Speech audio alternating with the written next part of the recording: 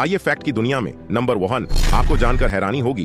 बाज एक ऐसा शक्तिशाली पक्षी है जो लगभग 6 किलो का वजन उठाकर आकाश में उड़ सकता है, जो कि अपने आप में एक रिकॉर्ड है।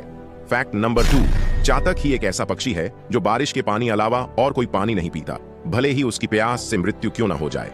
फैक्ट नंबर 3 क्या आप जानते हैं बारटेल्ड गॉडविट नामक पक्षी 11 दिनों में 12,000 किलोमीटर से अधिक की नॉन स्टॉप उड़ान भरता है। वैज्ञानिकों ने इस पक्षी को ट्रैक करने के लिए ट्रैकिंग डिवाइस इसके शरीर पर लगाया था। इसी के साथ यह पक्षी नॉन स्टॉप सबसे लंबी उड़ान भरने वाला पक्षी है। इसी तरह के वीडियो देखने के लिए वीडियो को लाइक, शेयर, सब्सक्राइब करना ना भूलें। धन्यवाद।